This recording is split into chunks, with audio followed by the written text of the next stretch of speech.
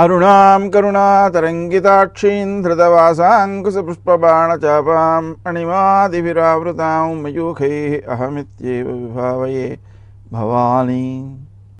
గ్రహముల యొక్క ప్రభావాలతో మనం ప్రవర్తించేటప్పుడు ఆ ప్రభావాలలో ఉన్నటువంటి ఇబ్బందులను అధిగమించడం కోసం తీసుకోవలసిన జాగ్రత్తలు తీసుకుంటూ, చేసుకోవలసిన జపాలు చేసుకుంటూ ముందుకు నడవడం ద్వారా సరియైన నిర్ణయాలు తీసుకుని లాభప్రదమైనటువంటి కార్యక్రమాల్లో పాల్గొనగలుగుతాం. మరో ముఖ్యాంశాన్ని కూడా గుర్తుపెట్టుకోవాలి. మనం ఆర్థిక ప్రయోజనాన్ని పొందుతున్నాము అన్నప్పుడు మన పుణ్యమే వస్తోంది తప్ప ఎవరో చేసిన పుణ్యం మనకి రావట్లేదు. మన పుణ్యం ఖర్చయి మనకు సొమ్ము వస్తుంది కాబట్టి ఈ సొమ్ముని వినియోగించేటప్పుడు కూడా సద్వినియోగం చేసుకోవాల్సిన అవసరం ఉంది. మరల పుణ్యాన్ని సమకూర్చుకునే పనులే చేయాల్సిన అవసరం ఉంది. పుణ్యాన్ని సమకూర్చని పనులు చేస్తే ధనం వ్యర్థం కావడం కాదు, పుణ్యం వ్యర్థం అవుతుంది. ఈ విషయాన్ని మనం గుర్తుంచుకుని పుణ్యాన్ని పెంపొందించుకునే ప్రయత్నాలను చేయడం కోసమే ఈ ఫలితాలు తెలుసుకోవడం.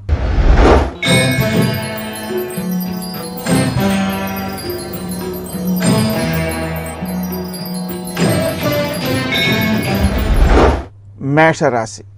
ఈ రాశివారు తాము ఆచరించే కార్యక్రమాల్లో విజయాలు సాధిస్తారు. లక్ష్య సాధనాశక్తితో ప్రవర్తించగలుగుతారు. ఇతరులకు సహకారాలను అందించగలుగుతారు. ఆ సహకారాలను అందించడం ద్వారా విజయాలు అధికంగా సిద్ధిస్తాయి. విశేషించి మాట్లాడే తీరు అందరినీ ఆకట్టుకునేదిగా ఉంటుంది. కుటుంబ సభ్యుల మధ్య వ్యవహారాలు కూడా సత్ఫలితాలనిచ్చేవిగాను, అనుకూలమైన వ్యవహారాలనిచ్చేవిగాను ఉంటాయి. ముఖ్యమైనటువంటి కార్యక్రమాలను వాయిదా వేయకుండా లక్ష్య సాధనాశక్తితో ముందుకు ప్రయాణించాల్సిన అవసరం ఉంది. మీకు సహకరించేటువంటి వ్యక్తులు కూడా చాలామంది ఉంటారు. స్నేహితులు కావచ్చు, బంధువులు కావచ్చు, స్నేహితులైన వ్యాపారస్తులు కావచ్చు, అధికారులు కావచ్చు, రాజకీయ నాయకులు కావచ్చు. ఎవరైనా వారందరి సహకారాలతో మీరు కార్యక్రమాలను సకాలంలో పూర్తి చేయగలుగుతారు. కానీ ఆలోచించే ధోరణిలో కొంత ఆందోళన గోచరించే అవకాశం ఉంది. ఆ ఆందోళనను అధిగమించడం కోసం శ్రీ దుర్గాయ నమః అనే మంత్రాన్ని జపించుకోవాలి. శత్రువులు మీకు అపకారం చేయడానికి ప్రయత్నం చేస్తారు, కానీ చేయలేరు. కానీ వారు చేసేటువంటి ప్రయత్నాల వల్ల మీలోని కృషిశీలత పెరిగే అవకాశం ఉంది. దాన్ని జయించడం కోసం చేసే మీ ప్రయత్నాలు మీ గౌరవాన్ని పెంపొందించేవిగా ఉంటాయి. ఆరోగ్య విషయంలో ఎక్కువ శ్రద్ధ చూపించాల్సిన అవసరం ఉంది. సకాలానికి ఆహారం తీసుకోవడం అంటే ఉదయం 9 లోపలనే ఆహారం తీసుకోవడం, రాత్రి 9 లోపలనే నిద్రకు ఉపక్రమించడం అనేటువంటి కార్యక్రమాలను చేపడుతూ క్రీమ అచ్యుతానంత గోవింద అనే నామాన్ని కూడా జపించుకుంటున్నట్లయితే మీకు ఆరోగ్య విషయంలో ఇబ్బందులు తొలగుతాయి.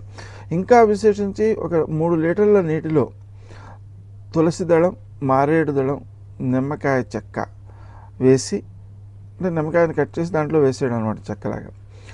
ఆ నీటిని కనుక మీరు స్వీకరిస్తూ ఉన్నట్లయితే త్వరితంగా రోగనిరోధక శక్తి పెరిగి ఆరోగ్యం పెంపొందే అవకాశం ఉంది.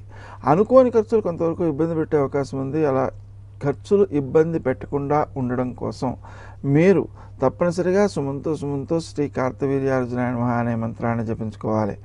మేలైన రీతిలో ఆలోచనలు రావడం కోసం దుర్గాయ నమః, మేలైన రీతిలో ధనం సద్వినియోగం కావడం కోసం సుమంతో శ్రీ కార్తవీర్యార్జునాయ నమః. ఇవి చాలా బాగా ఉపకరించేటువంటి అంశాలు. తండ్రి లేదా తత్సంబంధీకులు ఎవరైతే ఉన్నారో వారికి సహకరించడం కోసం మీరు చేసేటువంటి ప్రయత్నాలు సత్ఫలితాలను ఇస్తూ ఉంటాయి.